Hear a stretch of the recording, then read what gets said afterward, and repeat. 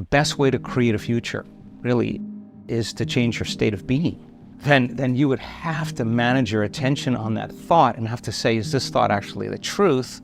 And how long am I going to keep thinking this thought and firing and wiring that circuit in the brain? So there's biology, because now it's an automatic program. It's a belief. Wow. A belief is just a thought you keep thinking over and over again until it becomes subconscious or unconscious.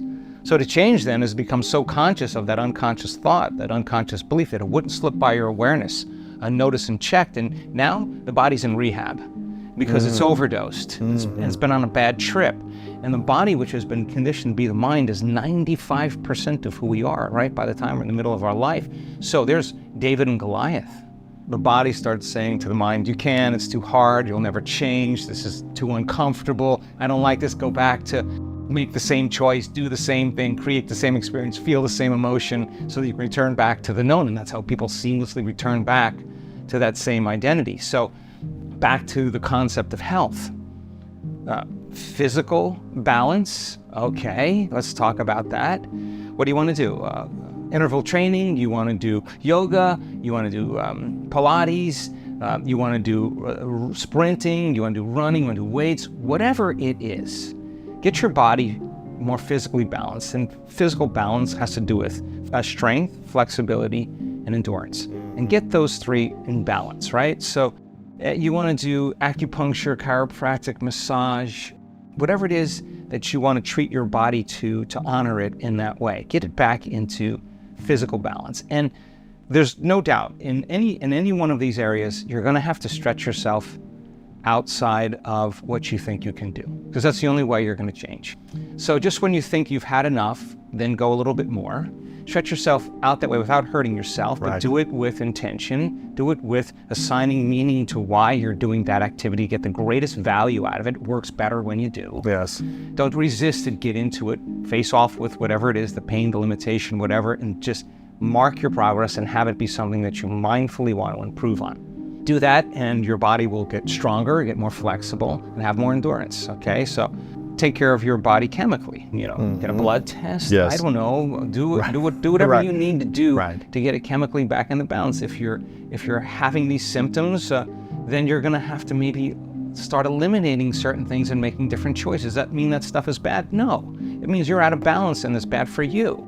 And don't make it a thing like you have to do it forever. Just understand why you're doing it. So take your nutrients and your vitamins and your minerals and understand why you're taking those things and do that with the intention. Put a meaning behind it, you'll get a greater outcome. Because your response to the environment and response to your own thoughts is weakening the organism, you're squandering energy. Okay, so do all the physical things, do all the chemical things, but be controlling, rigid, judgmental, self-judgmental, you know, get really over-focused on your food and get really over-focused on everything, but you're controlling everything in your life and you're living in fear. None of this is going to make much of a difference until you get your body back into homeostasis and balance emotionally, right? So, why?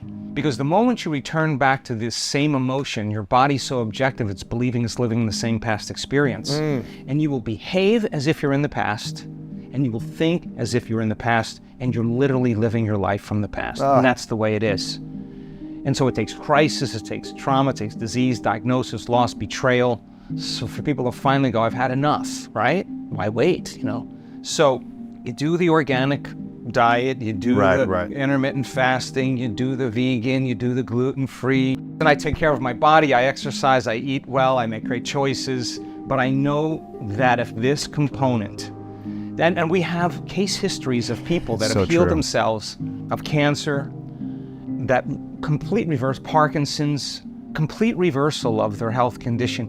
One person in 1 hour got bad news. In 1 hour, all of her symptoms came back. She went right back to the same emotion, signaled the same gene. If the environment signals the gene according to epigenetics, and the end product of an experience in the environment is an emotion, then it makes sense then, as long as you feel that emotion, you're signaling the same gene and your body's believing it's living in the same environment. Seamlessly, you'll return back to the same health condition because you'll upregulate the genes and downregulate genes, and you'll move your body back out of balance. Self-regulation, getting your autonomic nervous system back into balance and homeostasis, is going to require then breaking the addiction to those emotions, and those emotions that are driving certain behaviors and thoughts that cause a person in an instant to say, I want to be healthy, I want to live for a long period of time, and then they go back to making the same choice because they return to the same emotion, and now they're back in the past. We only accept, believe, and surrender to the thoughts that are equal to our emotional state. We'll never accept, believe, and surrender any thoughts that are not equal to your emotional state. So you could say, I'm abundant, I'm eternal, I'll live forever, I'm healthy, I'm wealthy, and if you're programmed your body into that emotional state, stronger the emotion we feel from some event, the more altered we feel inside of us, the more that chemical continuity is disrupted from something that surprises us, that alters our state, the more the brain freezes a frame and takes a snapshot. That's called a memory, right? But the problem is that we think about that event over and over again after it happens. We're producing the same chemistry in the brain and body as if the event was occurring. And so the body is conditioned literally into the past. Everything, they're seeing their life through the lens of resentment and frustration and anger, and everything's upsetting them. Well, that's a self-fulfilling prophecy. You say, okay, now it's an addiction, you got to change that. And the person goes, oh, okay, that makes sense. And now that you got to get out of the bleachers on the playing field and say, okay, these emotions could literally have something to do with my health. If I stop feeling these emotions, what if I start feeling these emotions? Okay, what would be the emotions that would make me happy? These emotions are making me feel really bad. The memories are making me feel really bad. Can I remember a future? How would I feel if my future could happen? I got to trade those emotions for different emotions. Well, if I've been practicing feeling these emotions and I've conditioned my body to be the mind, it's going to take some time for me to start making different chemistry with the intention of making that chemistry, getting my body back into homeostasis and balance, work on my breath. When I breathe, I change my state, practice breathing, work with your body so it can start to relax, so that it feels safe enough to feel something other than that again. And if it takes you 3 weeks, it would be worth it. Absolutely. Right? So then person then starts, okay, I don't really know how to feel gratitude. Okay, well, maybe start going out and giving, and give to people. I promise you, start giving, start feeling grateful. And then start practicing feeling gratitude. Teach your body, just for 15 minutes a day, what it would like to feel gratitude, what it would be like. And our data shows that you take someone, do that for 4 days, 3 times a day. They make a immunoglobulin called immunoglobulin A. It's your body's natural flu shot. It's the greatest immune chemical we have. 50% increase in the subjects we studied in 4 days. Immunoglobulin A, up 50% in 4 days.